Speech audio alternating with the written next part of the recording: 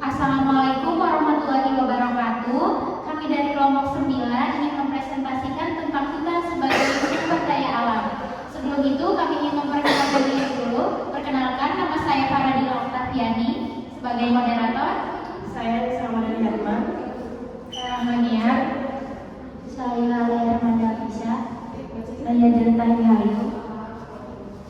Baik, saya Yoga Putra Pratama. Saya Apit. Pendidikan lingkungan hidup bertujuan untuk menumbuhkan kesadaran tentang pentingnya menjaga dan melestarikan lingkungan sejak dini demi masa depan yang lebih berkelanjutan. Materi selanjutnya akan dibacakan oleh teman saya, Anissa Ramadhani. Baik, di sini adalah pengertian dari Slamet Riyadi 1981. SDA adalah segala isi yang terkandung dalam biomas sebagai sumber energi yang potensial, baik yang tersembunyi dalam litosfer maupun atmosfer, yang dapat dimanfaatkan untuk pemenuhan kebutuhan manusia secara langsung bagi kelangsungan ekosistemnya maupun tak langsung untuk peningkatan kualitas hidupnya. Dari Zelensky, SDA adalah setiap bahan atau sifat fisik suatu tempat maupun setiap kemungkinan fisiologis dan biologis yang tersembunyi di suatu wilayah. Sesuatu ada di sekitar alam lingkungan hidup kita yang dimanfaatkan untuk berbagai kepentingan kebutuhan hidup manusia yang dapat lebih sejahtera. Materi selanjutnya akan dilanjutkan. Baik, saya akan melanjutkan. Di sini ada upaya pelestarian lingkungan hidup. Itu yang pertama ada penghijauan, reboisasi, dan pengelolaan air berwawasan lingkungan. Dan yang kedua itu ada penggunaan energi alternatif dan hemat energi menuju kelestarian kehidupan bumi. Selanjutnya penghijauan, reboisasi, dan pengelolaan air berwawasan lingkungan. Indonesia salah satu negara yang sangat kaya akan sumber daya alam. Sekitar 30.000 jenis spesies tumbuhan ada di Nusantara. Hutan sebagai salah satu bagian dari ekosistem darat merupakan kekayaan alam yang sangat luar biasa di Indonesia. Namun, seperti apakah kondisi hutan-hutan yang ada di Indonesia?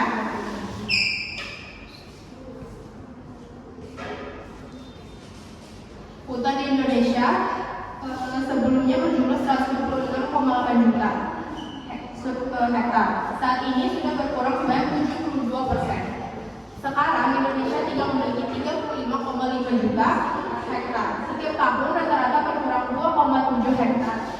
Datanya dari Wali 2017. Sehingga berdasarkan perhitungan dari 15 tahun lagi, hutan Indonesia tinggal sejarah. Indonesia masuk 3 besar di dunia sebagai negara penghancur hutan tercepat. Setiap tahun sekitar 18 juta hektar hutan dihancurkan.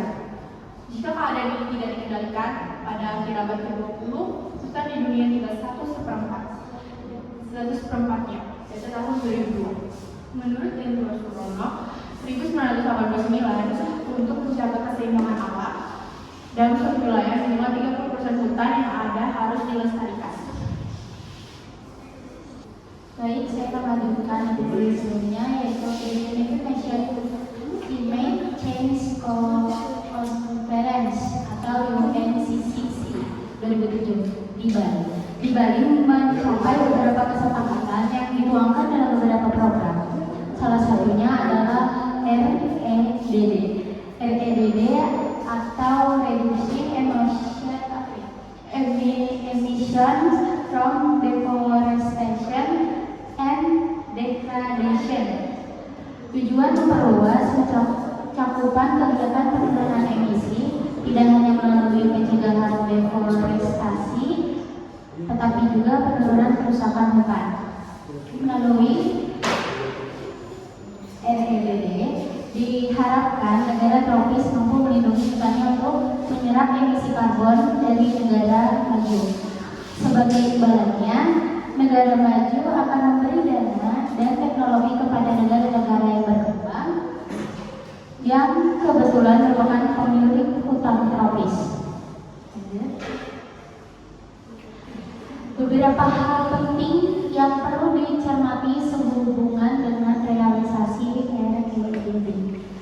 Yang pertama, adanya potensi kebocoran emisi C sehingga sulit penurunan emisi yang terjadi, misalnya di suatu daerah termasuk REDB, dijaga fungsi hutannya sehingga tidak berubah menjadi lahan pertanian terjadi penurunan emisi C.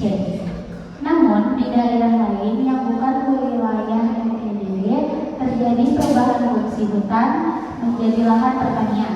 Yang kedua, adanya benturan antara program REDB dengan masyarakat yang selama ini memanfaatkan hutan berdasarkan hukum adat yang telah diwarisi turun-temurun.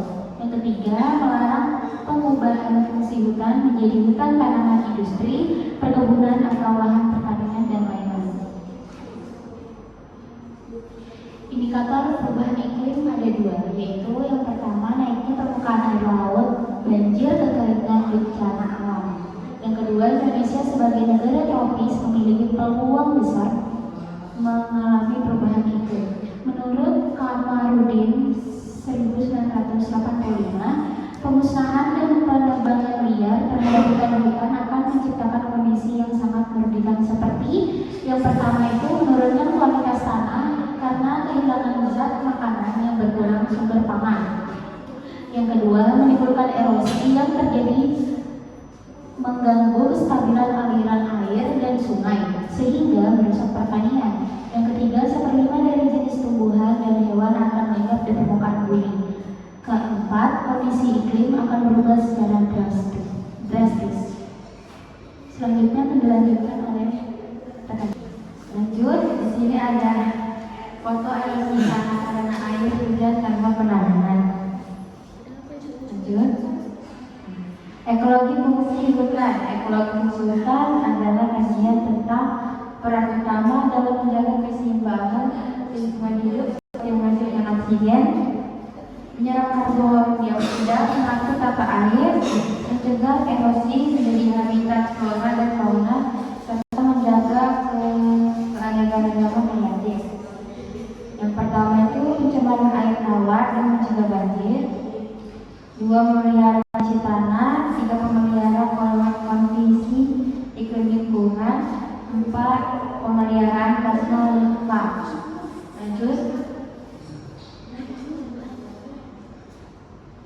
Lanjut, ekologi fungsi hutan. Yang pertama itu adalah penyimpanan air tawar dan mencegah banjir. Karena mampu mengurangi air yang muncul di permukaan, sehingga hutan sangat mendukung peresapan air permukaan ke dalam tanah. 2. Pemeliharaan fungsi tanah. Tumbuhan di hutan dapat menahan daerah hancur yang disebabkan oleh jatuhnya tetes hujan. Tanpa adanya penahan, hujan akan menyapu lapisan tanah sehingga erosi.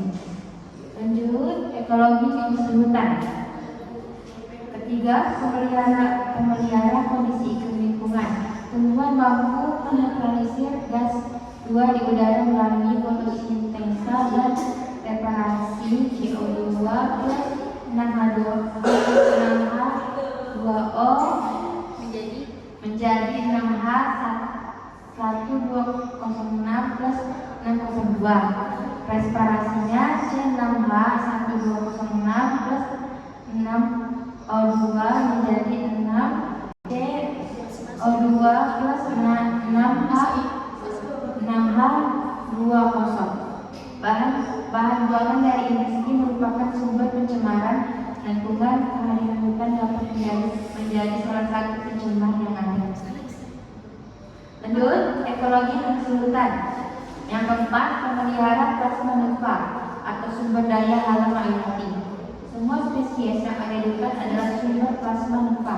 Contoh pemanfaatan plasma limfa yaitu sumber daya genetik dari tumbuhan, hewan dan mikroba, misalnya padi lokal, ayam kampung, ikan nila, jahe, jamur, tetes, yang dimanfaatkan untuk pangan, obat, dan menjaga kelestarian alam.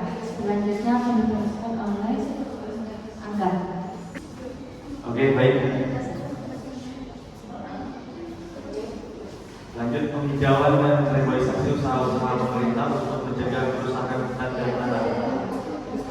Yang pertama, reservasi mencatatkan tidak mengolah suatu kawasan yang disiapkan untuk tujuan tertentu. Yang kedua, preservasi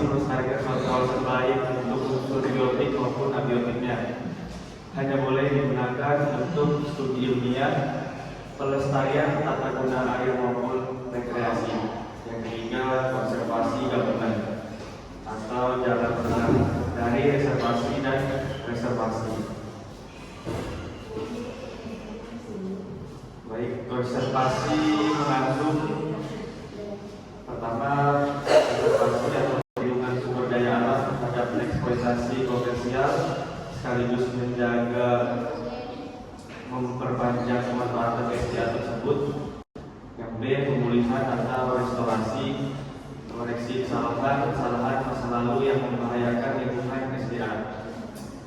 Yang C, tentuan lokasi yang tepat guna, misalnya pembangunan waduk serbaguna di Jatiluhur. Yang D, integrasi pengolahan sumber daya alam supaya tidak boros. Yang E.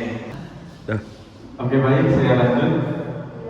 Konservasi mengandung yang pertama, reservasi atau perlindungan sumber daya alam terhadap eksploitasi komersial sekaligus menjaga memperpanjang pemanfaatan sumber daya alam tersebut. Yang kedua, pemulihan atau restorasi koreksi kesalahan masa lalu yang membahayakan lingkungan sumber daya alam. Yang ketiga, penentuan lokasi yang tepat guna, misalnya pembangunan waduk serbaguna di Jatiluhur. Yang ketiga, integrasi pengelolaan sumber daya alam supaya tidak boros. Ya, yang keempat, penggunaan seefisien mungkin bahan-bahan alam sekaligus mengangkat nilai ekonomi bahan yang belum memiliki nilai jual. Misalnya, pemanfaatan biji durian sebagai bahan pangan. Yang kelima, resistif atau penggunaan kembali pembuatan hiasan dari limbah kulit jagung, pengolahan sampah organik dan lain-lain. Baik, akan dilanjut sama B. Selanjutnya, gambaran apa reboisasi semu. Reboisasi di luar tindakan kasih gundul. Reboisasi akan berhasil jika 1. Perencanaannya matang meliputi pengolahan tanah sebelum ditanami, adanya cover crop sehingga tanah tidak gundul sama sekali. 2. Pemilihan jenis tanaman yang tepat sesuai kondisi tanah dan fungsi yang diharapkan, kecepatan tumbuh dan lain-lain. 3. Pemeliharaan dan perlindungan terhadap tunas reboisasi agar dapat tumbuh baik dan tidak dirusak oleh manusia maupun hewan. Selanjutnya, kerusakan fungsi hidrologi membahayakan kelangsungan hidup manusia. 1. Hutan, tanah dan air memiliki hubungan erat dengan ekosistem. 2. Aliran hutan sangat berperan dalam penyimpanan air tawar. 3. Tanah akan menyimpan air hujan sebagai air tanah. 4. Air yang terserap dalam tanah sebagian akan muncul lagi sebagai mata air di tempat lain. 5. Berkurangnya air permukaan mengurangi risiko banjir dan erosi. Implikasi, dengan adanya hutan akan lebih banyak air yang meresap ke dalam tanah. Serasa di lantai hutan juga memegang peranan penting dalam menjaga keberadaan air. Penguapan air baik melalui pepohonan hutan maupun serasa akan mengurangi air yang mengalir di permukaan tanah sehingga mengurangi peluang terjadinya banjir. Selanjutnya, jadi saya akan melanjutkan materinya, yaitu gambar pertama, yaitu total air di bumi terdapat 97% air. Air bumi adalah air asin yang terdapat di samudra atau lautan, dan 3% itu merupakan air tawar. Untuk gambar kedua, itu distribusi air tawar 3%. Air tawar yang hanya 3% ini tidak semuanya bisa digunakan langsung oleh manusia. Distribusinya adalah terdapat 68,7% berada dalam bentuk es dan gletser sebagai besar di kutub dan pegunungan tinggi. 30,1% berupa air tanah, 0,3% sisanya berupa air permukaan seperti danau, sungai, dan rawa. Untuk gambar ketiga, itu distribusi air permukaan terdapat 0,3%.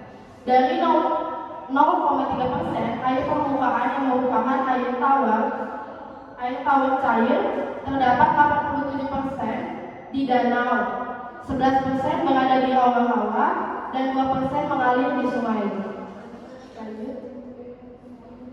Kesimpulannya adalah hanya sebagian kecil sekali dari total air di bumi yang berupa air tawar yang bisa diakses secara langsung oleh manusia dan makhluk hidup lainnya. Kebanyakan air tawar terkunci dalam bentuk es atau berada jauh di bawah tanah, sehingga ketersediaan air permukaan seperti di sungai dan danau sangat terbatas, kurang dari 1% dari total air tawar. Yang ketiga, hal ini menunjukkan pentingnya konservasi air dan pengelolaan sumber daya air agar kebutuhan manusia dan ekosistem tetap terpenuhi. Baik, di sini adalah gambar daur air. Yang pertama ada evaporasi, yaitu air dari laut, sungai, danau, serta permukaan tanah menguap akibat panas matahari, berubah menjadi uap air naik ke atmosfer. Selain itu, tumbuhan juga melepaskan uap air melalui proses transpirasi sehingga gabungannya disebut evapotranspirasi. Yang kedua, ada kondensasi atau pengembunan, yaitu uap air di atmosfer mendingin di lapisan udara atas dan berubah menjadi titik-titik air atau es membentuk awan. Proses ini sering disertai dengan pelepasan panas laten yang membantu sirkulasi udara di atmosfer. Yang ketiga, presipitasi, hujan salju, hujan es. Ketika titik-titik air dalam awan bergabung dan menjadi cukup berat, mereka jatuh ke permukaan bumi dalam bentuk hujan, salju, atau hujan es. Yang keempat, infiltrasi dan perkolasi. Sebagian air hujan meresap ke dalam tanah dan bergerak lebih dalam hingga menjadi air tanah. Air ini dapat disimpan di lapisan bawah tanah dan keluar kembali melalui mata air atau sumur. Yang kelima, limpasan permukaan. Sebagian air hujan mengalir di permukaan tanah membentuk sungai, danau, dan akhirnya kembali ke laut. Proses ini dikenal sebagai surface runoff atau stream flow.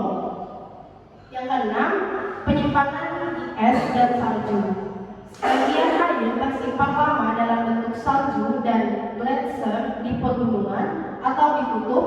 Saat suhu meningkat, es mencair dan kembali ke aliran air permukaan. Kesimpulan dari daur air adalah sistem tertutup dan berkesinambungan yang menjaga ketersediaan air bumi. Proses ini mengatur iklim dan cuaca, menyediakan air untuk kehidupan, dan terakhir menjaga keseimbangan ekosistem di darat dan di laut.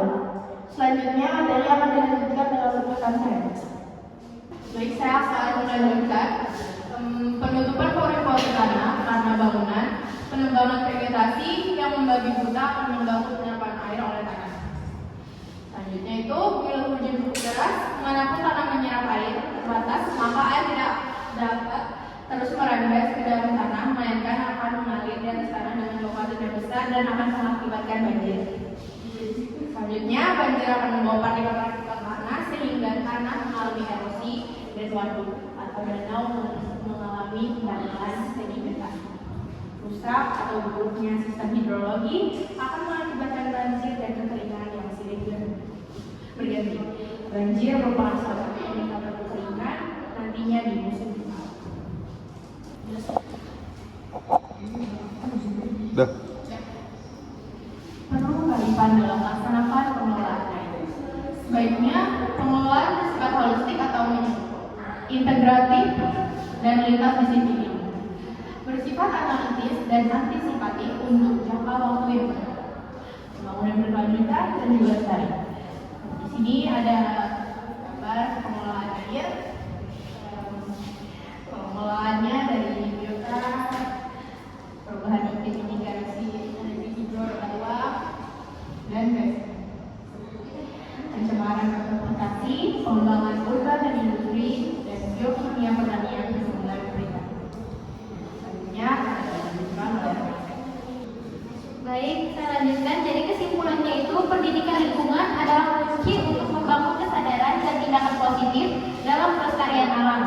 Dengan meningkatkan pemahaman tentang isu-isu lingkungan, kita dapat mendorong perubahan perilaku yang berdampak. Kolaborasi antara pemerintah, lembaga pendidikan, dan masyarakat sangat penting untuk menciptakan solusi yang berkelanjutan. Melalui pendidikan yang efektif, kita dapat menciptakan generasi yang peduli dan bertanggung jawab terhadap lingkungan demi masa depan yang baik bagi bumi kita. Demikian presentasi dari kelompok kami, kurang lebihnya mohon maaf. Wassalamualaikum warahmatullahi wabarakatuh.